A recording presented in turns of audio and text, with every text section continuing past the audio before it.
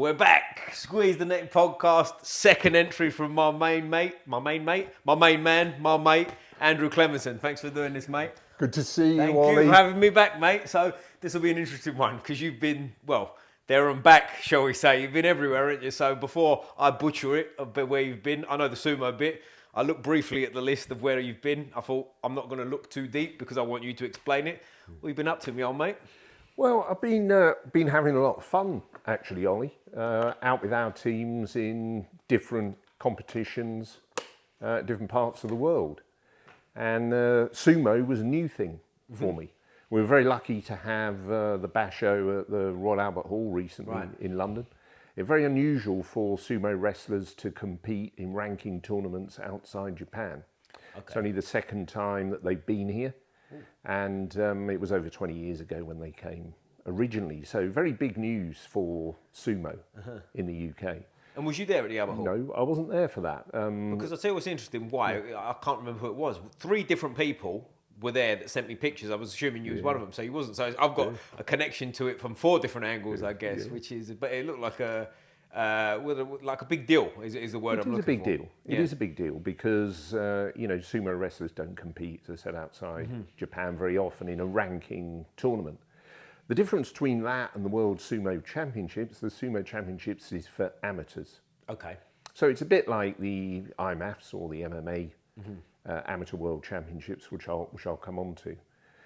So the Sumo World Championships was in Bangkok, Thailand, or outside Bangkok in Thailand, 30 different countries. And Britain competed as Britain, not individual nations, and took a team of about a dozen. Right, so it's a big deal then. It was a good deal. It's not, yeah, okay. It was good. It was very, very good. Now, that I think in itself is quite an achievement because most people, prior to the Basho at the Royal Albert Hall, probably never really heard of sumo, never thought it took place in this country. Right. What on earth is it? And the fact that we took a team over, I think is quite an achievement. And why is it in Thailand, by the way, not Japan? I honestly don't know the answer to that. I think a lot of these things are sort of sponsor-led or government-led. I got you. And therefore, I think you may pay a fee to hold the competition in your country. I don't know that. Maybe you can't hold it in Japan. That could be a point. I don't know whether they let that happen. Right, because it's not professional. Because it's not professional. Okay. The other thing is you can only be a professional sumo wrestler in Japan if you're a woman. Women in Japan that are in sumo are amateur. That's interesting. Now, for the World Championships, you had male and female teams. Right. And we had a split in our team between men and women. So the other thing which I learnt was, there are a number of very good women sumo wrestlers. Are there? Yeah. Okay. And, as an example, the Brazilians were very good. The Germans were there, the Americans were there. You get quite a lot of strength from there. Also, Norway. I've got a history of sumo. Estonia, places like this. Strongman nations as well. Yeah, strongman nations. That kind of build, right? That's right. I think that's a good point. So you've got men and women, amateur, fighting. You've got smaller weight categories for women. The lowest for men's under 85. And those guys are what I would just call wrestler build. Right. These are not fat guys. No, well, for starters, 85 kilo, like when you say it, just like that's the small weight division. Yeah. Listen, someone who fights at 85 kilo could be, in shape at over 100 kilos, couldn't they? If they're cutting properly and they're doing it and they're taking it serious. So for anyone listening, 85, that doesn't mean small, does it? Do you know what I mean? Well, no, it's what, middleweight in MMA? It's above, MMA middleweight's 84. So 84, so and if you ever see that. some of them guys, to your point, like there's some lumps that fight middleweight. They're big. And then you go up to 115, which is Sonny Sumo Bell, who you're going to meet, and Shout out, Sonny's a Sonny. great guy. Be Yes, soon, mate. Sonny. Be there soon. He fights in that category. I'm going to the weigh-in. I think he weighed in at 113 or something like that. But he's big. That is big, yeah. He's big. He's ex-rowing, ex-rugby, stuff like that. He's big. So 30 nations. We had a team go there. We didn't get that close to winning medals, but we had a really good time. Who is Japan the winners? Did Japan get? No, funnily enough, they only send their college kids. Right, okay. So then none of the guys that you would have seen at the Albert Hall are there. It's not their thing. It's amateur. Very good. they're obviously very good, but there were a lot of Eastern Europeans who are good. And who won? Who ended up winning? Well, there was a team event, individual events. Okay, a bit like judo at the Olympics. Yes, Right. that's right. Now, the Americans didn't win. I remember that. They got a small number of medals. Places like Bulgaria are good. Ukraine are good. There was a Ukrainian in the Basho in London. Was it? Which again is quite unusual. But you could look him up. And as we talked last time, there's a young man from Hull who's now 16 who's managed to get himself a place in a sumo stable in Japan. We did speak about this last time. Yeah, I remember you saying. Because I was in Hull recently and I had this on my mind driving up there and I forgot to mention it on the podcast. So, not a great story, admittedly. But I thought about it. You mentioned it now. Yeah, when you get older, Ollie, that happens all the time. I'm not planning on getting older. I'm planning on being 25 forever, man. So that guy's got in there at 16, and that's going to be, and you can only have one foreigner in each particular stable. Right, okay. And there are 40-odd stables. So it's not like GB Top Team that we talked about a lot. I know you've been down there training, where you get people from all nations that come and train together. That doesn't happen. So we had a good time there, great experience. Scott, the president of British Sumo, amazing guy, was there in his kilt and meeting everybody, and it was fantastic. So we had a really good time with that. Good team spirit, and now as a result of the work they've done and the Basho in London, things are growing. There's more sumo clubs around the country. The other thing which you may know is a number of the people that take it up come from other sports. So I mentioned Sonny, rowing and rugby. A number of the women that go come from judo. Right, makes sense. And then you've got wrestlers. So you've got this mix of people coming in. And at heart, I think it really is belt wrestling. You're gripping that mawashi or belt in the way that you would do with judo or karash or some of these other things. So that was in Thailand, which was great. And then came back, and a few days later went to Tbilisi, Georgia, with the England MMA team. Nice. Big shout out to the England MMA team, who won the World Championships. Boom. Okay. England team, the countries compete individually. Nice, okay.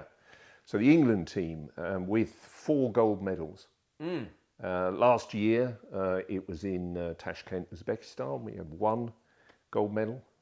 This time we had 4. 3 women. Really? Who won, including a woman, Alana Pritchard. Massive respect to Alana, who won the World Championships for the 2nd year in a row. Yo, all right. Beast. So, yes. Fighting at around 80 kilos. Okay. Comes from the Isle of Man, went to university in Liverpool, trains at Next Gen. Okay. And she is a ferocious fighter. Very quiet and unassuming person when you sit and talk with her, but in the ring, saves her energy for the cage, yeah. Just crushes people. And she fought a Georgian in the final, in Georgia, which is obviously the home country.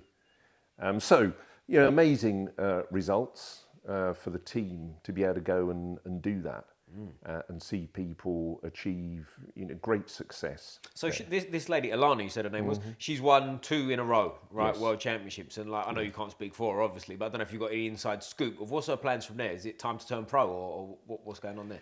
Well, I don't actually know. And I think it's a really good question that you ask, because I think it's very easy for people to say, I've been an amateur for a while, I'm going to go pro. Right. I think you need a coach with you, and I'm not speaking from experience, but you need a coach with you that can guide you. Are you really good enough to do that? Is this the right time for you? Have you got the support around you? Can you get the training partners that you'll need to do it? Now, as an example, for Alana, who, as I say, fights around 80, there aren't many women for her to fight. There's not many on the big shows as well. UFC's, Bellators, whatever, or not Bellator, PFL now, right? But they wouldn't have a category for her. She'd have to get down significantly. She would. Yeah. And that's a massive challenge. So you sort of think, but getting training partners around the country in the squad days and other things for her is very, very difficult. Right. At the other end of the scale, we had a Caitlin, multicoloured beast Caitlin from Northern Ireland, now living in Liverpool, fighting at 48. Right. And again, it's very difficult to get Right. people at either end of the weight category who can train with you. Right. Right. So you end up with women who are bigger, or some of the guys. Even the guys, flyweight 57 or even 63. That's quite a big difference Huge if difference, you're 48. Yeah, it is a huge, and huge like percentage the way a body's built too, right? A man at that weight is still different to a woman at that weight, isn't it? Do you know what I mean? And like, to be honest, like 48 kilos, we're saying it anyway, is like that you ain't got a plentiful of training partners at the best of times, so you're gonna have to spar with the bigger people for one, but also with that becomes injury risk, right? Yeah, So then exactly.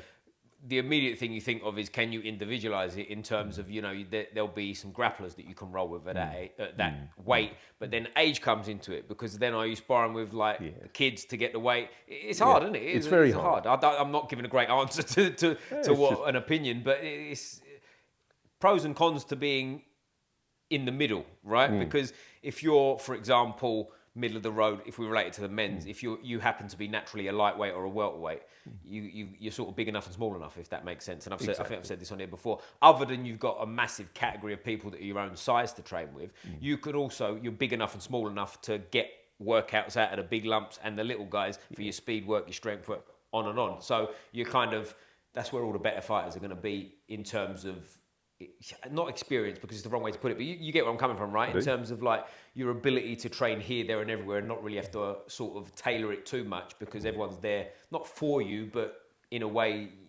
they're there, your sort of ballpark anyway, aren't they? Whereas big or small is tough, isn't it? Absolutely true. And therefore, the guys that were going over for England to fight at the IMAFs, they end up in a bracket with 32 fighters, because there's loads of them. Do they have to make weight on the day as well? You have to make weight every day. That's tough.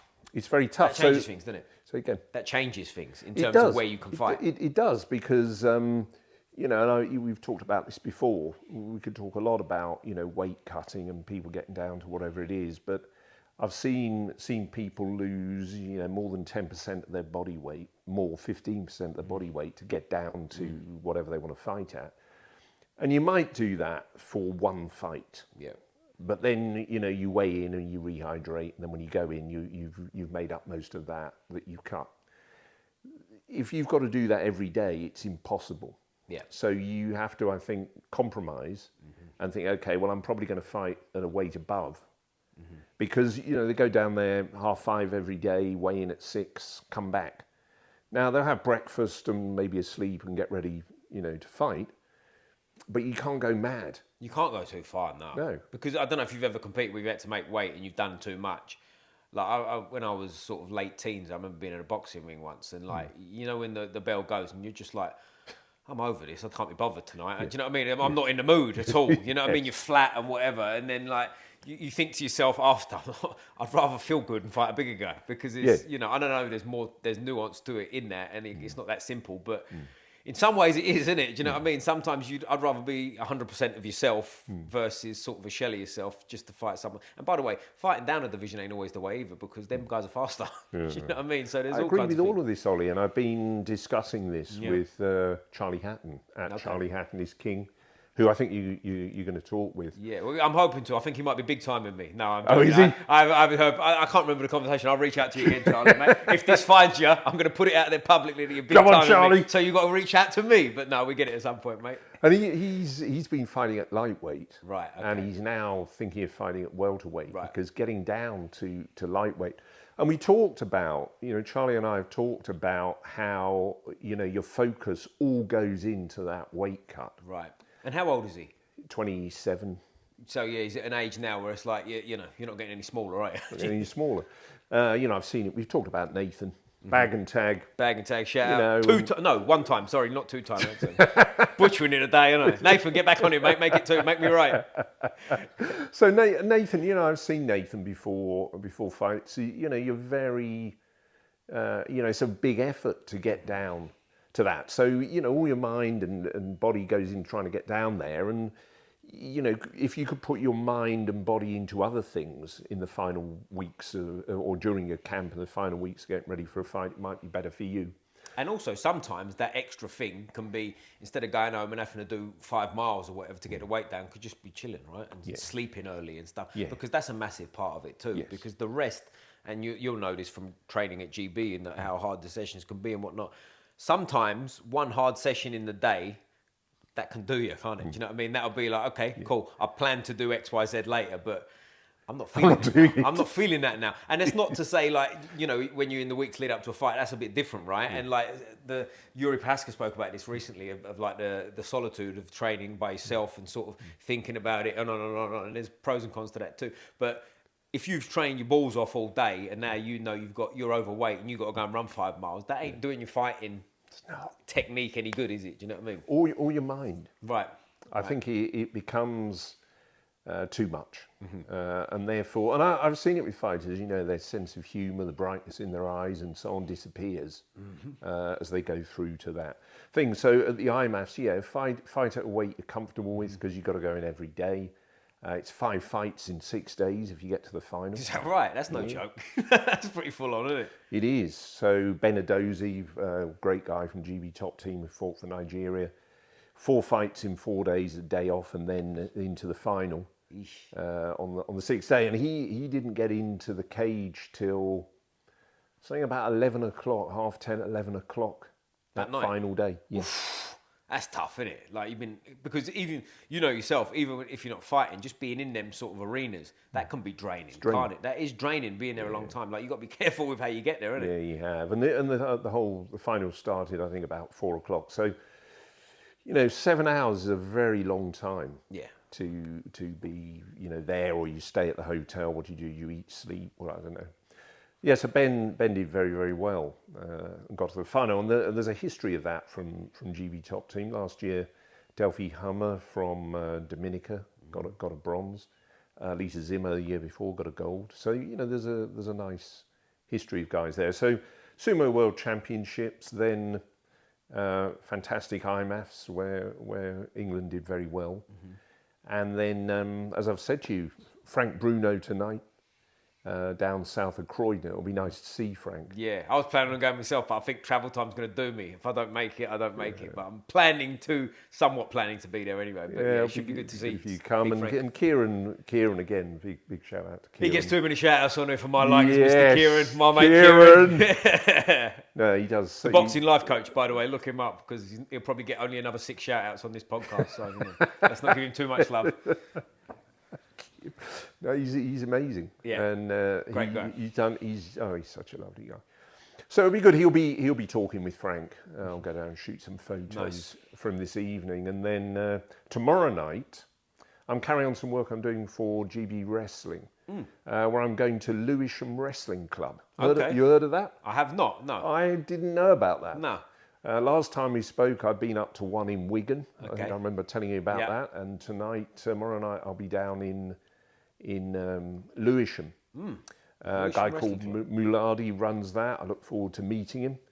I've got a young member of my team going down with me, an Italian woman who practices karate, who's going to come down and shoot the club with me. And we'll build a little film about Lewisham Wrestling Club and show what's going on down there. That's cool, isn't it? And when are they a freestyle club, are they? Yes. So they're actually preparing wrestlers for competitions. I know that sounds like a silly question, but there's a lot of like wrestling goes on in London because we don't have a cultural wrestling in England as such. Like you'd go to like Bulgaria or whatever. A lot of places are sort of wrestling for MMA or grappling or whatever. This is a proper legit club. It's a wrestling club. Yeah. And there is a big difference there, Ollie. So, you know, much better known, amazing place, Prometheus, that we've talked about. I think you've been. That's right, yeah. That's a wrestling club. Yeah. Lewisham is a wrestling club. The one I went to in Wigan is wrestling. They had the Catch Wrestling World Championships up in Snake Pit, Wigan, a little while ago. Tommy Inglis, amazing guy who won. Nice. Tommy's trains at Elevate and Raise. Oh, okay. So on. Yeah, amazing. World record holder for squat. Whoa, okay. 440 kilos, so he's not one of a small number of people in the 1,000-pound club. Is that right? Wow. Yeah, Tommy Inglis. He won the Catch Wrestling World Championships a couple of weeks ago. A couple of weeks ago, so it's current. Weeks ago, nice. Snake Pit. Okay. Would I know him by face? I probably you would. bumped into him. Yeah, you would. You know him by size. Well, yeah, I was going to say 440 kilo. Yeah, I've probably got a rough idea who he might be. But it's funny, the catch wrestling thing, that seems to have a little bit of a rebirth lately, because I've had a couple of people on here that have won their sort of weight divisions or whatever at the Snake Pit and stuff like that. Yeah. And I've been to some catch wrestling classes. I don't know if we spoke about this before. No, we down didn't. in Cobham, Dark Arts, martial arts, shout out. And like you go down there and it's different because the rules are a bit different. I don't know what your knowledge on it is, but like there's no clean chokes, there's face cranks, which I don't know how much sense that makes. But like, for example, I was on someone's back, my first class. I'm a grappler, right? But I didn't know the specificities of what was going on. So I'm on the guy's back and I'm looking for a rear naked choke and I get instructed I can't do that. So I'm on the back. And in jiu-jitsu, I'd be in a great position. But he just like rolled onto my back. I've got the hooks in, I can choke him. Yeah. I got pinned. Right, okay, cool. Do you see what I mean? It was like, okay, cool, I see what you're doing. Yeah. So, but all this stuff is good, I think, ultimately for, your sort of development, if you like, as a martial artist, because like when there's certain things you have to avoid, like the plague, like back on the mat is an obvious one, right? We'd be there all the time doing jiu-jitsu, but then you can't be there. It's like I don't know how to describe it. But yeah, there's like there's a sense of urgency, like no different than if we was doing jiu-jitsu or if we was doing jiu-jitsu where punches are allowed. Do you see what I mean? Like certain positions, not today sausage, you got to get out of there. Do you know what I mean? So I think it's all good. And I'm jumping around a bit, but we're speaking about sumo and how I'd like to go down and train some sumo because I'm going to assume that's going to be a curveball. Do you know what I mean? There's going to be some things in there that, I don't know. You said it's different, more difficult, less difficult when they're wearing the Muashi. The nappy for anyone not initiated yet, but that changes it, and we related it, or you related it to sort of grabbing the gi in jiu-jitsu or whatever. But have you had the privilege to put on the Japanese nappy yet? I haven't. But maybe if we go down together, we could see. You go first. You put that thing on first. I think our shorts and t-shirts will do me, and we'll play it by ear. No photos. That'd be good. Because you're lifting, you're grabbing, and it's important. Another sort of variant in all of this, Ollie. Last weekend. I was at the UK Sambo Championships. Right. Okay. Where was this? This was down in Folkestone, of course. Of all places, Folkestone, down in Folkestone. Went with a guy, James McNeely. Don't know whether you know him. Yes, who's that name? That name rings James, so also known as Judo James. Right, that's James, right. You're right. James runs Sambo classes in North and South London. Brilliant. He's an ex-British Sambo champion himself. Black belt judo. Purple, I think, in BJJ. Great guy. All-round beast, yeah. He is. He's a savage. Anyway, he came and picked me up 7 o'clock in the morning. We went down there. Now, this was sports Sambo. Not combat Sambo. Not combat. So you imagine you've got a wrestling mat, the circles, and you have either got red or blue kit on. You've got what we would call like rash guard shorts, and then you've got a gi jacket. Boots? You can wear boots. You can. But you can wear boots. I think everybody did. Yeah. Grip, protection, that kind of thing. So you imagine I think they all will be. So that's the kind of gear that you're in with a belt. And I'm assuming you can grab the gi. That's that's game, important. Right? Yeah. That's important. Those grips on the lapels and sleeves are an important part of the sport. So if you imagine a combination of judo, wrestling, and then jiu-jitsu on the mat, might suit you. Because a number of the guys were going for takedowns, arm bars, chokes, that kind of thing. So, because you haven't got striking. Combat Sambo has the striking. It's almost like amateur MMA on a mat, right? It's all like similar to sort of with a jacket. With a jacket on, with the headgears. You've got the little gloves, and it was on a wrestling mat, so there's no caged wall. No. But there's kicking, punching, do what you like sort of thing. Headbutts. Headbutts as well, is there? Yeah. Ooh. You want to go now, don't you? You just wet my whistle here. Well, it's funny, and we spoke briefly before when I was up in Doncaster with Danny Mitchell. Shout out Danny Mitchell, former UFC fighter. He's had like Vale-Tudo fights where headbutts, downward elbows, bare knuckle, like all the thing. And I'm listening to him talk, we're sitting like this. And when someone's genuinely excited about something, and you're looking at someone going, oh, you're a real crazy man, bro. But yeah, he was a great guy. So shout out Danny. I'll be up to train soon, mate. But sorry, I cut you off. Yeah. So it was sport, not combat Sambo. But it was good. There were some people there from Switzerland, Germany, France, I think. A number of other countries. Russians there? Yes, there were. Now, I'm not sure whether they were competing for local clubs. Right. Because, you still got this ban on Right, that's what I'm saying. They're probably Belarus and- expats, right? That are just sort of training at... who are training yeah. here. So that was good. Really enjoyed that. That's cool. Did you get involved with any of it? Did you get any training in with them? I do train in sports sambo. Do you? Where do you train at? Rays. Ooh. Down at Rays, Do because they do it James takes Right, it there. I got you. Also, you might know, up at Rivals Yeah. in North London. Is that right? So James coaches sambo there. That's London Sambo interesting. North. Ooh. And then we're London Sambo That's South. interesting, because I've down actually here. coached grappling in there. I've done a couple. Have you? Yeah, I've coached in Rival. I've trained up there, like myself trained up there boxing and stuff. So yeah, I know the gym well. I didn't realise they did sambo in there. That's So interesting. James takes sambo up there. We've had a number of their boxers come down. Ooh. So do you know Jules?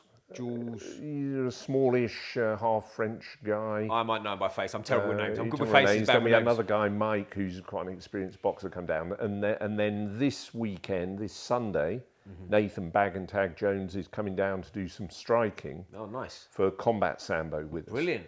Okay. So yeah, we've had the guys from North London boxing come down. We've got Nathan coming down, but most of the time we're doing sports sambo with James. Well, that's cool, because I've never, like in the traditional sense, trained any sambo, but I've on maybe handful of occasions sparred with sambo guys. And it's weird. It's like a different problem, isn't it? Do you know what I mean? is. Like a That's different, like a different flavour. Do you know what I mean? They're not doing anything you haven't seen necessarily before, but they're doing it slightly different, and it is a bit of a headache, So, It is. as any combat. And has that's got their own- good. It's yeah. good to have different problems. Right. So, you've got some people who will come in who are wrestlers. You've got some people who come in who are judoka. You've got Jiu Jitsu guys in there. So it's quite a mix of people. And therefore they have different preferences. And if you're not used to it, fighting for grips, trying to break grips, they're looking for throws all the time. And you can win with a kind of knockout throw. Can you? Okay. In sambo, or you pin people, or you sub them. So you have got different problems to solve. I think it's quite interesting to try that. So that was the sambo. There's a combat sambo world championships coming up, which I only just found out about. I'm not going to that, but that'll be quite interesting. You're not going to that, are you? I'm not going to. Where that. is that one? Now, I don't know where it is. I did meet a guy from Sunderland at the...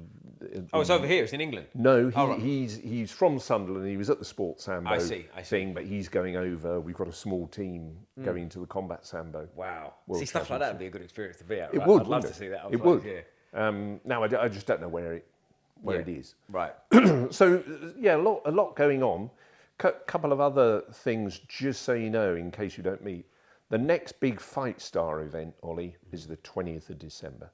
Decent. Oh, right near Yep, Christmas. at the O2. Now, the 19th is the weigh-ins. Okay.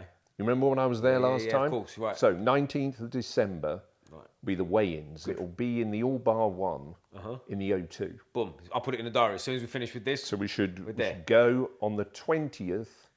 It'll be in Indigo O2 will be the big Fight Star show. Always a good fight night in the Indigo. Now, I'm hoping Charlie Hackney's King will be on the card. Okay. He's trying to get matched for that. I think he has been. But there'll be a lot of people from GB and other gyms who are there. Very good. So it should be a really good night. I don't know what Nathan's doing. He's a Fight Star champion. Is Fight Star all pro? Is it pro am? No, it's Pro-Am. Yeah, that's what you're right. Okay. So So you've got a good mix. Good mix on them mix shows. of people. It'll start early, of course, 5-ish, and it will go on till later on. So but Raj and the guys put really good shows on. So the weigh-in on the 19th, all the issues we've been talking about, see the guys in there, and then the 20th is the show. Boom. So I think it'd be interesting. I'm also seeing people move around a bit between different disciplines. We've talked about that with judo and wrestling and so on. Shout out Frankie Gibson. You know Frankie? Of course, he's been on here, mate. Frankie, Mr. Monster. Mr. White Monster. Now he is boxing. Oh, okay, is he? Yeah, he is. He's boxing in December, I think it is. I think it's his first boxing match because you've been known for having fought amateur MMA. But Frankie is going to be doing that. It'd be nice to see him. It's somewhere in London. That's cool. Shout coming out up. Frankie. I'll have to get in touch with you, mate. We'll have to figure that out some at that one. Because I think his background was striking, right? Was he kickboxing Yeah. beforehand, right? Yeah. So he's well versed in the hands, if you like. Yes, and he's coached boxing, Right. and I've seen him. He's an absolutely great guy. He coaches the kickboxing and MMA lads down at Ray's. Oh, does he? Okay. Which is good, and obviously he trains at GB. Ray Stevens we're talking about, Yes, right? Yeah. yes. Before So I start thinking about something else. he's down there. So yeah, Frankie is going to be doing that. Louis, of course, Louis Bricucino is out at the moment with the leg break, which is exactly the same leg break as Walter Walker had in his fight with Louis Sutherland. I don't know whether you watched the UFC. I did, yeah, of course, yeah. I spoke to Louis after, actually, briefly by social media. But Louis, I like Louis a lot, man. He's funny. He's a great guy. He's been on the podcast and that. He's I'm not surprised. I'm just sorry his debut didn't go better for him because he was doing quite well until he wasn't. Yeah, he's a big problem, I think, Louis. Yeah. Right, if he just like obviously listen, heel hook's not a curveball, maybe the wrong way to put it, but you know what I mean. A heel hook's quite a specialist move, especially at heavyweight, isn't it? Do you know what I mean? So like you cover little things. Like I think Louis is going to be a big problem for people in the UFC because you know Louis, right? You've met him up close. Yeah. I mean, you wouldn't want to write a hand off that man, right? You better get your footwork in order for Big Louis. But don't let him get hold of you either. But just what's the advice in the corner? Rather than circle, run. I don't know what to tell you. But yeah, Louis is exciting that he's in the UFC, man. Because I tell you, I said this briefly on the podcast the other day as well. When I sat down with him on the podcast, it was about a year ago. Less than a year later, he was in the UFC. We're sitting there, we're chatting, and he was almost like in this, might go down the boxing route because he couldn't get fights, and it was a bit da-da-da. Anyway, fast forward a year, he's had like 4 fights in quick succession. Then he's in the UFC, so it changes, doesn't it, you know? It does, and I think he's had to move around a bit and go on different shows, and haven't seen him at GB for a long time. Well, he's another guy that might fall victim to what we were speaking about a little bit earlier with the girls, right? It's hard because such a lump like that, you've got to have the right training partners. You've got to have big. I know he's trained with Tom Aspinall and stuff, and he's been up there because he can get stuff out of training with smaller guys for speed and whatnot, but you can't, like in the build up to a fight, he needs big lumps, doesn't he? Do you know what I mean? He needs big bodies to be getting hold of him because if he's sparring with welterweights, it's not going to do him a lot of good all year round, is it? And there aren't the big guys at GB. There was a guy called Darryl who was down there. He's probably about 110 or so. I met one guy one evening who was like 130, but he was Canadian. He'd just flown in and was training there. But generally, I've seen Louis with Simeon Powell, say, do some rounds. But really, there's nobody there. And he's a big heavyweight too, Louis, isn't he? He's right at the limit. Yeah, he's right at the top limit of the heavyweight division. Whereas Simeon fights at light heavy, so that's a massive difference, 93 to Louis. So so I think it's probably right for him to move. And as you say, you've got this band of people in the middle, lightweight, welterweight, and lower, who you can train with there. It's good for you. And it's like we said it a little bit earlier, but you can just turn up at a gym on any given day and you're going to have training partners, right? Yes. Whereas if you're Lou, again, to use him as an example, if he just shows up out of the blue, like it's like yourself. Some days I turn up to a grappling class and I'm the biggest guy there. Do you know what I'm saying? So if Lou shows up as well, it's like, well, there's a good 40 kilos between us. You know what I mean? So like for him, and he's 3 weeks he's got a UFC fight. you got to pick where you're going, haven't you? Because it's a difficult thing. But it's a hard life at the best of times, isn't it? Even if you've got the training partners. So like I'm excited about Lou being in the UFC, man. I think he's good. I think he'll have a good run. I think he could put a few people to sleep and sort of we get excited about. And he's got the personality to light it up in there, hasn't he? He's the right age as well, isn't he? Early 30s, I think. So he's got time, but not a kid. So it's like urgency in a way. I think all them things go in your favour. I think they do. So I'm excited about Louis. Great to see Nathaniel win again. Yep. Of course, I forgot about that. Of course, it was on the card, Amazing to see him win again. He's got 2 young children, as you know. So it's very, very good to see those guys come through. Obviously, we know what happened in the Aspinall fight. So I think there's, coming out of England, coming out of the UK, there's a lot of good fighters that are coming through, and we'll be excited to watch them. And maybe some of the future stars will be on Fight Star when we meet up. That's it, man. We'll be in there. December. December 19th. It's in the diary. So if I don't be there, it's my fault, not my main man's over here. But briefly before we finish up, mate, like what's sort of what's coming next for you? I know you said like Frank Bruno tonight and whatnot, but like as we're coming towards the end of 2025, going into the new year, have you got sort of maybe not set plans, but in your mind, is there sort of things that you're looking at and going, I want to go here, here, and here, and I want to cover X, Y, Z? Yeah. So I really have enjoyed being with the British Sumo and the England MMA teams. And over the time I've been with them, I've got to know some of them quite well, less with Sumo because I haven't been working with them so long. There's what's called a British Isles Sumo Open, which is at the end of January, and it's in Belfast. That's quite niche, isn't it? British Isles Sumo in Belfast. How many people can say that? I've been to that. You know? Yeah.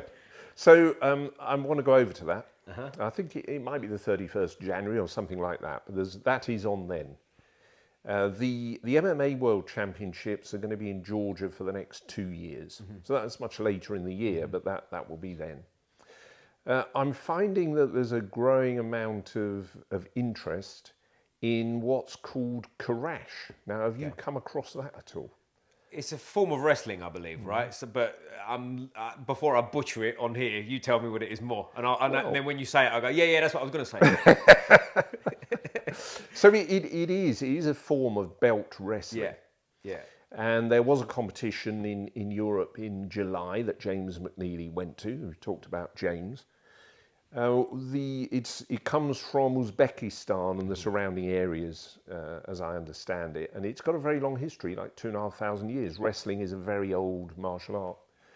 So quite interested in Karash and what that might mean. So we're going to go and see if we can speak with the Uzbek ambassador here and talk about creating a link between Britain and Uzbekistan around sport and culture and shooting some of that content. And there may be some people from here. There's a woman who's quite well known. I won't mention it here because we haven't approached her yet, but somebody comes from a judo background who may be able to go and compete in that, and telling her story in that world of Karash will be very interesting, I think. So Karash, I think next year will be quite big. Other than that, obviously sumo, MMA, love wrestling. There'll be other things like the Tallinn Open that I talked to you about before, where there were 2,800 wrestlers there from around the world.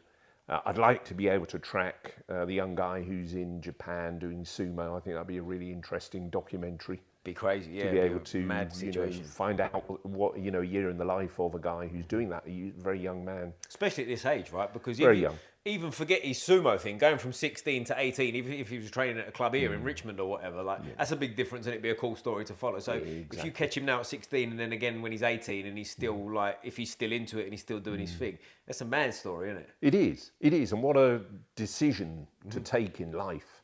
And fair play to his family as well, backing him on it, because a lot of families would go, you're not doing that. What? You're not going to Japan. Go to school. Stop it, yes. Do your GCSE, shut up. Yeah. So I look forward to staying close to those things. And as you know, Charlie Hatton has a special place in my heart. And I want to stay close to Charlie. I train with him every week. I want to go and be with him at shows. Nice. And see how he gets on. So December 19th and 20th, very important to me to see Charlie go to the weigh-ins and then fight again on the O2 card at Fight Star. And just see how far he can go.